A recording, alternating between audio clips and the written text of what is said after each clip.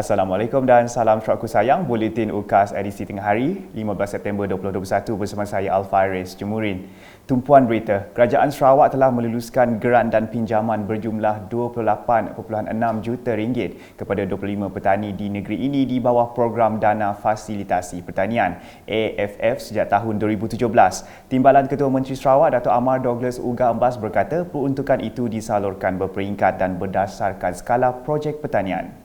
Beliau berkata demikian kepada media selepas mengadakan lawatan ke Pusat Pemprosesan Beras Antares Ventures Sendirian Berhad di Jalan Batu Kitang, Kuching pada Selasa.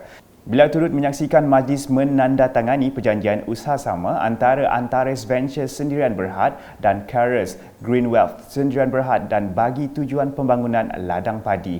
Dato' Amar Douglas Ugah juga menambah kerajaan negeri turut memperuntukkan 100 juta ringgit sebagai tambahan dana AFF untuk pembangunan dan memodernkan lagi sektor pertanian negeri. Menurut beliau, sektor pertanian akan terus diperkasakan dengan teknologi moden yang turut menjadi usaha menarik minat generasi muda terlibat dalam sektor tersebut. Sementara itu, beliau yang juga Menteri Pemodenan Pertanian, Tanah Adat dan Pembangunan Wilayah optimis Singapura akan menjadi penghubung perdagangan produk Sarawak ke negara luar. Jelasnya penubuhan Pejabat Pelancongan dan Perdagangan Sarawak Singapura status akan membantu dalam pemasaran produk pertanian Sarawak bukan sahaja di Singapura, malah negara lain. Berita seterusnya, 3 sekolah iaitu Sekolah Menengah Kebangsaan SMK St. Joseph, SMK Merbau dan SMK Agama Miri menerima 25 log kelulut dengan nilai RM13,500 di bawah program bantuan pertanian Dana Fasilitasi Pertanian AFF. Menteri Muda Pelancongan, Kesenian dan Kebudayaan Sarawak, Datuk Sebastian Ting Chiu Yu telah menyampaikan sendiri log kelulut ini kepada wakil 3 buah sekolah tersebut di Miri. Kata adun piasau itu, log kelulut berkenaan akan diletakkan di kebun sekolah bagi membolehkan pelajar mengetahui selok-belok aktiviti penternakan. Beliau turut melawat kolam ternakan ikan patin, ikan talapia dan ikan keli di SMK St. Joseph. Dalam perkembangan lain, program ziarah UKAS bertemakan Semarak Kemerdekaan menjadi wadah terbaik untuk menyemarakkan semangat Hari Malaysia yang bakal menjelang tiba. Unit Komunikasi Awam Sarawak UKAS bahagian Sri Aman, Daerah Kecil Pantu telah melaksanakan program ziarah UKAS bagi menyantuni para peniaga, ketua masyarakat dan pejabat kerajaan di sekitar Pasar Pekan Pantu dengan menghulur kit bendera Malaysia dan Sarawak berserta keperluan pencegahan virus COVID-19. Program tersebut bertujuan untuk menaikkan semangat serta memberi kesedaran kepada masyarakat tentang prosedur operasi standard SOP sepanjang tempoh pandemik COVID-19. Di Lingga pula, UKAS bahagian Sri Aman juga berkesempatan menyantuni para peniaga di sekitar Pasar Pekan Lingga dengan mengagihkan bendera Malaysia dan bendera Sarawak. Turut diedar ialah keperluan pencegahan virus COVID-19 seperti topeng separuh muka, cecair pembasmi kuman, cecair pencuci tangan dan juga alat tulis serta buku untuk mencatat kehadiran pelanggan. Semua kit tersebut juga diserahkan kepada ketua-ketua masyarakat, ketua-ketua kaum, pejabat kerajaan maupun swasta serta badan beruniform sekitar daerah kecil Lingga. Pengedaran kit berkenaan adalah bertujuan untuk menyemarakkan lagi semangat Hari Malaysia di Pekan Lingga. Manakala di Kuching, seramai 2,776 orang remaja dari konstituensi Satok divaksinasi menerusi program imunisasi COVID-19 kebangsaan PICK untuk golongan remaja berusia 16 dan 17 tahun di Pusat Pemberian Vaksin PPV Dewan Majma'. Pemberian suntikan vaksin jenis Pfizer itu dikendalikan oleh petugas klinik kesihatan Jalan Masjid sehingga 16 September ini. Penyelia PPV Dewan Majma' Muhammad Hafiz Ali berkata proses vaksinasi tersebut melibatkan 15 sekolah menengah.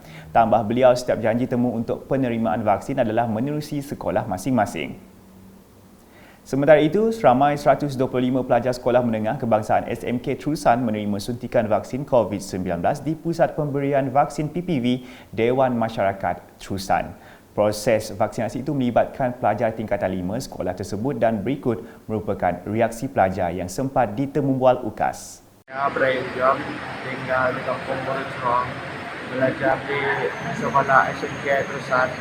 Saya telah mendapatkan vaksinasi dos pertama dan dorongan kepada semua pelajar SMK Terusan. Saya menggalakkan semua mendapatkan vaksinasi. Nama saya Lucy Kyo dari Kampung Longtongwa bersekolah di SMK Terusan. Hari ini saya telah menerima vaksin dos pertama. Saya harap semua untuk menerima vaksin ini, terutamanya pelajar-pelajar SMK Tusan. Sedikit laporan sukan dengan skuad Kuching City FC, KCFC terus mempamerkan kebangkitan dalam saingan Liga Premier 2021 yang akan melabuhkan tirai. Selepas mengejutkan Sarawak United FC, giliran skuad projek FAM MSN menjadi mangsa KCFC dengan kemenangan 2-0 dalam aksi di Stadium Majlis Bandaraya Pasir Gudang pada Selasa. Kapten KCFC Joseph Kalangti menceriakan rakan sepasukan apabila meledak gol pertama pada minit ke-13. Memasuki babak kedua, giliran penyerang import KCFC Michael Chuk Wubuna Ijezi pula meletakkan nama selaku penjaring dalam minit ke-48. Kemenangan itu melonjakkan KCFC di tangga ke-7 dengan 24 mata ketika ini. Balik ke laporan COVID-19 dengan Sarawak mencatatkan sebanyak 1,983 kes baharu positif dan menjadikan jumlah kumulatif meningkat kepada 162,303. Menerusi kenyataan media Jawatankuasa Pengurusan Bencana Negeri Sarawak JPBNS pada Selasa, 75.90% adalah kategori 1 yang tiada gejala. Berikut merupakan lokaliti yang merekodkan kes-kes baharu.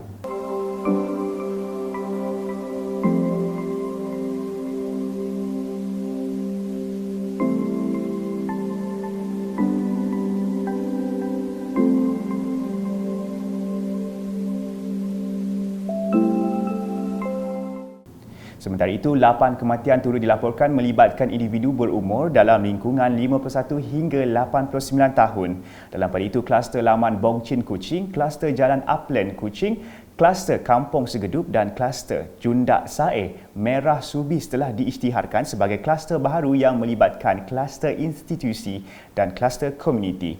Manakala 2 kluster telah tamat iaitu kluster Jalan DBKU Kuching dan kluster Jalan Tenaga Kuching setelah tiada kes baharu dikesan dalam tempoh 28 hari. Sekian edisi Tengah Hari bersama saya Alfaris Jemurin dan kru penerbitan. Berita lebih lanjut boleh didapati di semua platform media sosial UKAS termasuk portal ukas.sarawak.gov.my dan pastikan anda subscribe UKAS channel di YouTube. Salam UKAS.